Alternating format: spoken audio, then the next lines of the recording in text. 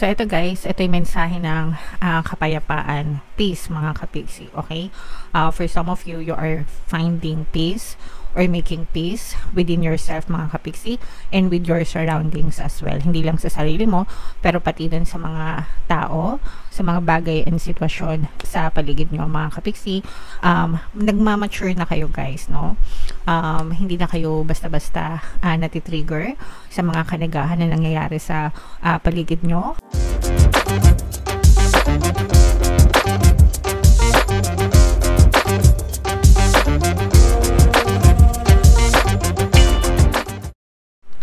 Hello guys, hello Virgo, welcome back to Pinay Pixie Tarot. Ang pamagat ng episode natin for tonight is OOTM, Oracle of the Month, para ngayong July, para sa Virgo, Sun, Moon, Rising, Sign, and Venus.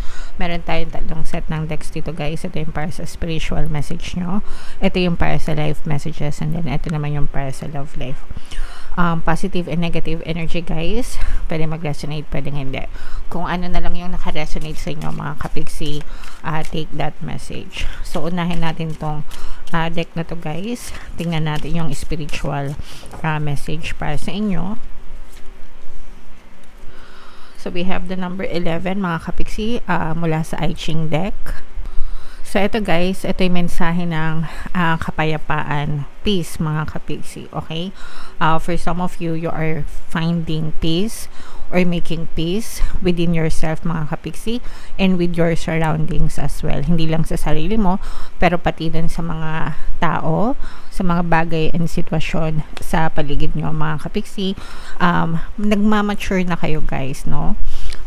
Hindi na kayo basta-basta natitrigger sa mga kanagahan na nangyayari sa paligid nyo. Imbis na bigyan nyo ng mga negative na assumptions yung mga bagay, you're always try to look at the brighter side of things.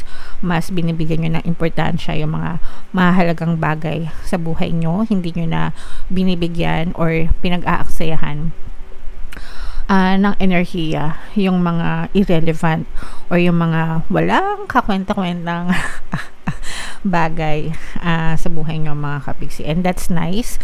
Syempre kapag kayo ay mapayapa yung isip nyo, healthy rin kayo, no? Kasi wala kayong stress, nalalayo kayo sa mga anxieties. Syempre kapag kayo ay stress and mataas yung anxiety level nyo, kaakibat nyan is yung pagkakaroon din ng sakit or karamdaman, mental, emotional, sometimes even physical. So dahil mapayapa yung buhay nyo, mga kapiksi, medyo nakakalayo kayo sa mga ganong klase ng danger or kapahamakan, mga kapiksi.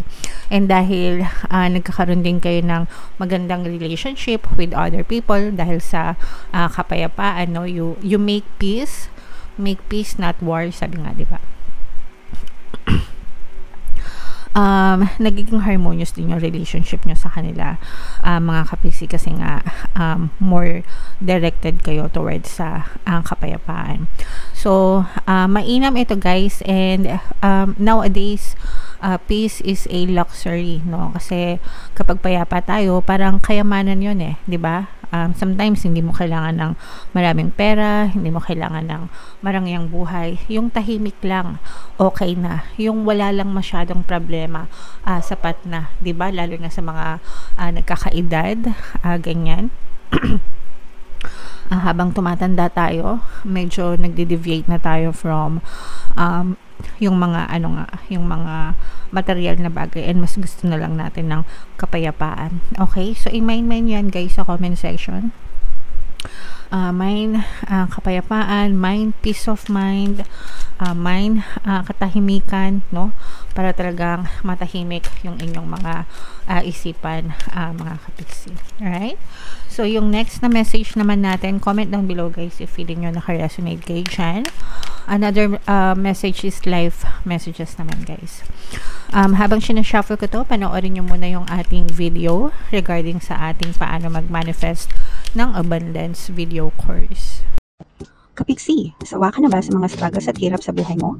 Masipag ka ba at masikap sa buhay ngunit hindi ka pa rin umaasenso? Ilang beses ka na bang nag-attempt mag-negosyo at mag-invest pero palagi ka pa rin nalulugi? Sa pagkakataon na ito ay maaaring may subconscious beliefs ka na nagiging balakid sa iyong pag-unlad at pagyaman. Introducing, paano mag-manifest ng abundance video course. Dito ay matututunan mo ma-overcome ang mga balakid mo para tuluyan ka ng umunlad, umasenso, sumagana, maging matagumpay, successful at maswerte sa iyong kabuhayan, pera, trabaho, negosyo sa labi at kaperahan ng bonggang-bongga. Dali, mag-send na ng email sa pinoypixie@gmail.com at simulan na ang iyong pagyaman ngayon. Alright, so sa lahat ng gusto mag-avail ng course guys, 20% tayo until June 30. Avail nyo na, sobrang laki ng discount, sobrang ganda ng course mga kapiksi. So ito yung life messages nyo guys. We have the 6 of autumn and 3 of spring, no? Ibig sabihin nito guys, this is about moving on. Pero this one is about blocks, no? So ibig sabihin guys, nagkakaroon kayo ng balakid sa pag-move on nyo sa inyong buhay. For some of you, pwedeng hindi kayo nakakita ng progress, na-stuck kayo, feeling ng iba sa inyo na stagnant na yung buhay nyo, hindi kayo maka-move on, hindi kayo parang you are trapped in your situation mga kapiksi. And that is because for some of you, yung inyong isip nyo, nandun pa sa past guys, no? Meron pa kayong hindi pa kayo tawag dito hindi nyo pa nakakalimutan, okay? Kaya yun yung nagsisilbing block mga kapiksi, especially if you have like a lot of negative emotions na naka-attach dun sa inyong memories of the past. So yan yung mga galit, anger, hatred, resentment, no? Yung mga hinanakit, hinaing, mga puot, no? Sa dibdib guys, talagang ano yan, blocks talaga yan, as in ang lakas makasira ng buhay. So, for some of you mga kapiksi, the only way to get rid of these negative emotions is through forgiveness, no? Acceptance and forgiveness. If merong nakagawa ng hindi magandang bagay sa inyo, you have to forgive them even if hindi sila humihingi ng tawad. Kasi yung iba, ganun yung kinakatwira nila no? Sa comment section, nababasa ko, paano ko papatawarin kapiksi, hindi naman humihingi ng tawad, okay? So, even if they're not asking for an apology physically, you can imagine them, create a scene in your mind, no?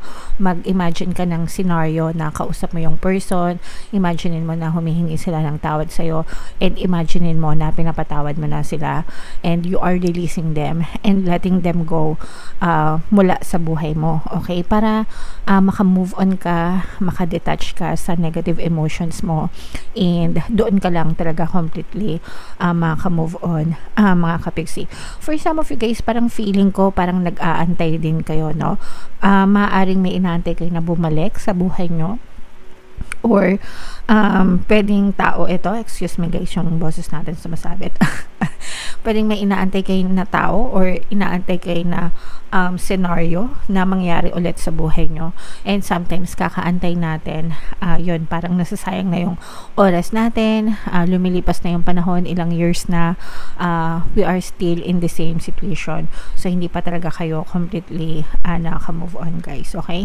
So ask yourself, no, worth it pa ba na magantay? Worth it pa ba na ipaglaban? Kung hindi na, mga kapiksi, kung feeling nyo masyado ng maraming panahon yung nasasayang sa buhay nyo, maybe it's time to let go, forgive, acceptance, forgiveness, para maka-move on kayo guys. Para sa inyo din yan, kayo din yung magbe-benefit dyan mga kapiksi. Bakit nyo hahayaan na mag-suffer kayo sa buhay nyo kung pwede naman kayong maging masaya guys, okay? Alright, so comment down below Virgo if feeling nyo naka-resonate kayo dyan sa message na yan. And sorry guys, excuse me. Ayan, pasensya na kayo guys, masabat yung boses natin minsan kapag masyado na tayong maraming nare-record na videos. So, ito guys, naman yung sa love messages, no?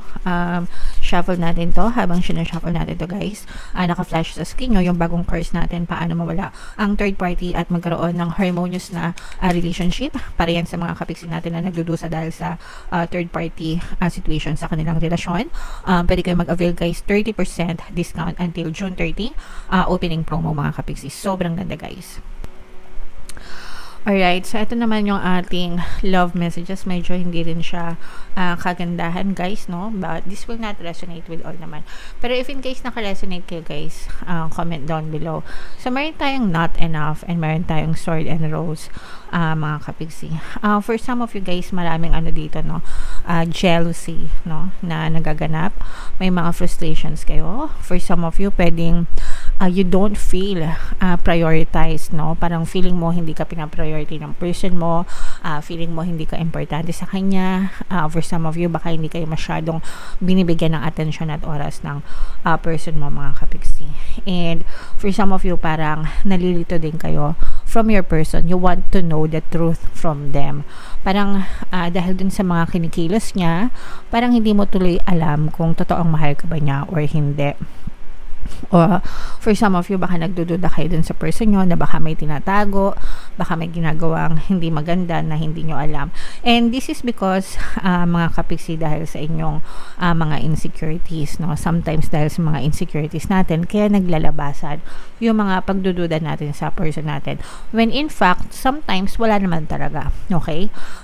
Yung iba sa atin, medyo napaparanoid lang kasi nga dahil dun sa mababang self-concept, dahil dun sa mga insecurities, baka ganito, baka ganyan, mga ganito, ganyan. That's because you don't feel good enough for yourself and for the person, mga kapigsi. So, wag nyong sabotahin yung sarili nyo at wag nyo ding sabotahin yung relationship nyo dahil lang sa mga insecurities nyo, mga kapigsi. Kailangan nyong pagtibayan yung inyong self-concept. Yung self-concept, yung self-love, guys, whether in a relationship kayo or hindi, dapat maganda yung self-concept nyo, okay? Sa ating channel, guys, meron tayong self-love na subliminal, no? Sandabakmak na affirmations yung nilagay ko dyan para maging maganda yung tingin at pakiramdam mo sa sarili mo and mawala yung mga insecurities nyo. So, pwede nyo pakinggan yan, guys. Makakatulong sa inyo. Makakatulong sa inyo and makakatulong din sa inyong relationship, mga kapigsi. Sometimes, masyado lang talagang nagdududa kahit wala naman. So, stop overthinking, mga kapigsi. And learn to be confident, no? Learn to love yourself para mawala yung mga insecurities, guys. Okay? Alright. So, comment down below, Virgo, if feeling nyo naka-resonate kayo dyan. And kung saang message kayo naka-resonate. Dito ba sa spiritual message? Dito ba sa life? Or dito ba sa love life, mga kapigsi? Comment down below, okay? And ito yung ating mga pampaswerte subliminal, guys. Pakinggan nyo para makatulong sa inyo.